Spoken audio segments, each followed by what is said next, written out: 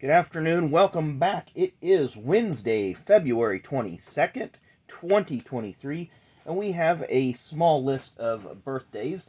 I've got two birthdays here that have cards. We'll get to those in a minute. I've got some cardless birthdays, so we'll bring those up right now. Excuse me.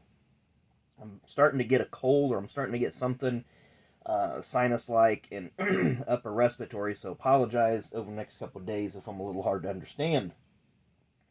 So anyway, born on this date in 1941. Tragically, he passed away in 1993 in a Daytona Dash race, Goody's Dash Series race at Daytona. Joe Bower. Joe was actually from Montmorency, Indiana, which is about an hour from me. At the time, really the only driver when I was growing up that was from Indiana. And I remember times driving up around the Lafayette area, occasionally seeing signs for Bower Farms, which I believe was associated with Mr. Joe Bower. Excuse me.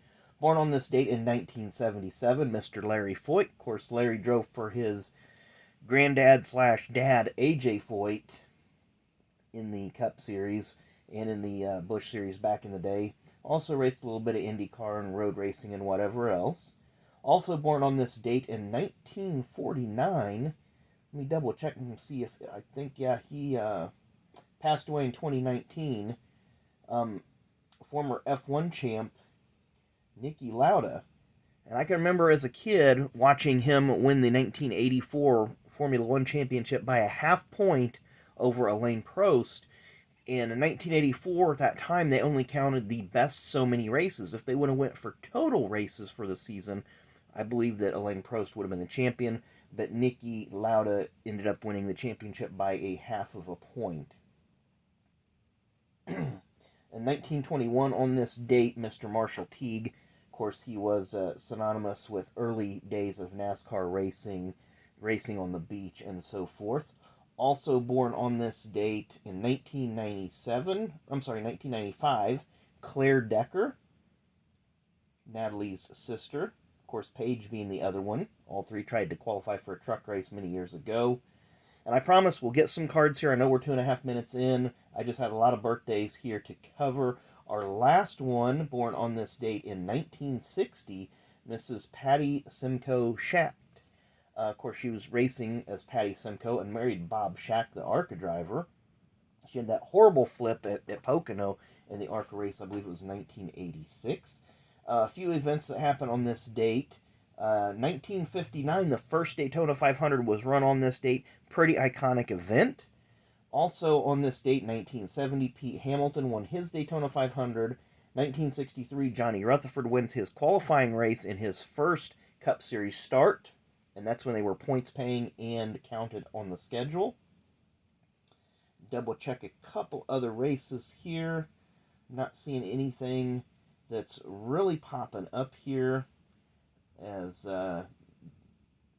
very, very noteworthy, at least like big events. So anyway, the last two birthdays, born on this date in 1961, former tire carrier for Harry Gant's team, Mr. Scott Robinette. Here you see his All-Pro card from 1992 Max, the red on the left, obviously, and the black.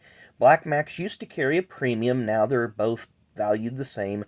Personally, I like the Black Max better because it does have the foil background there, whereas this is just the printed.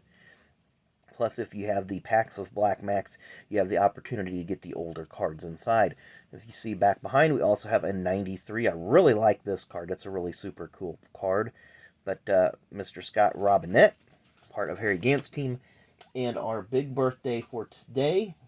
And when I mean big birthday, generally it means I have the most cards of this person. Born on this date in 1954, 1990 Busch Series champion, Mr. Chuck Bown. You can see I have quite a few here, but we're going to rapid fire through these because there's going to be a lot of duplicates, I'm sure.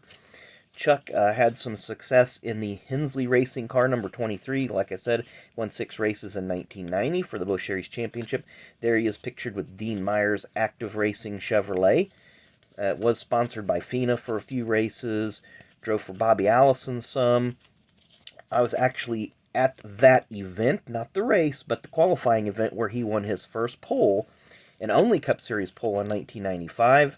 There was the car he drove for the first half of the season. They picked up race-to-race sponsorships. Chuck had a crash at Pocono that gave him a head injury, sidelined him for the rest of the season and for part of 1995. Here's one of those Redline Racing cards. And I'll set this one off to the side because that's the actual corrected card. There's a 93 tracks. Again, there's his pull at Bristol in the spring of 1994. And that, I don't want to say that was a huge surprise, because Chuck was a very, very serviceable driver. He just, he kind of ran his course with the Hensley team, and they parted their ways. Bobby Allison needed a driver. After Meineke left at the end of 92, Spencer left and went to go for Junior Johnson's car. A very, very capable team and a very, very capable driver.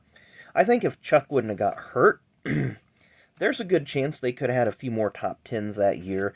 They weren't, by any stretch of the imagination, you know, making... They weren't going to be championship contenders, what I'm trying to say. They would have contended for a top 15, top 20 spot in points. I think they would have got a few wins. I think on the short tracks, Chuck would have been very, very strong. This is an uncorrected error.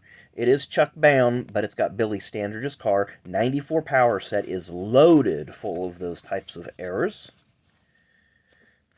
Here we have a few more. Like I said, it's kind of a rapid fire through these because we got quite a few of them. And I don't see the... I might not. If I have the error, it might be somewhere else. But like I say, Chuck was always a good driver. After his head injury, he did some TV work. He made an attempt, I believe, in 1997 or 98 in the Busch Series with Hensley Racing again. They just didn't have the chemistry.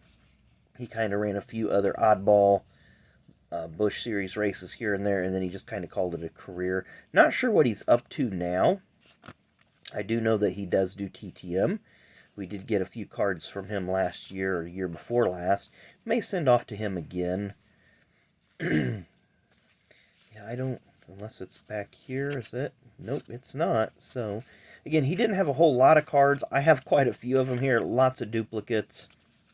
But what we were looking for, the error card actually spells his name Brown on the front.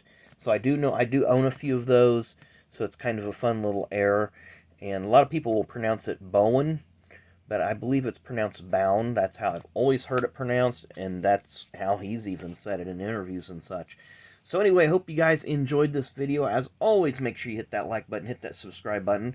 Told you this video was going to come to you a little later than normal today. Just had a lot going on yesterday, and didn't get the opportunity to drop it. So anyway, thanks again. I really always appreciate all the support. And I'm going to get off here before my voice gives way. So thanks for watching, and we'll see you again tomorrow.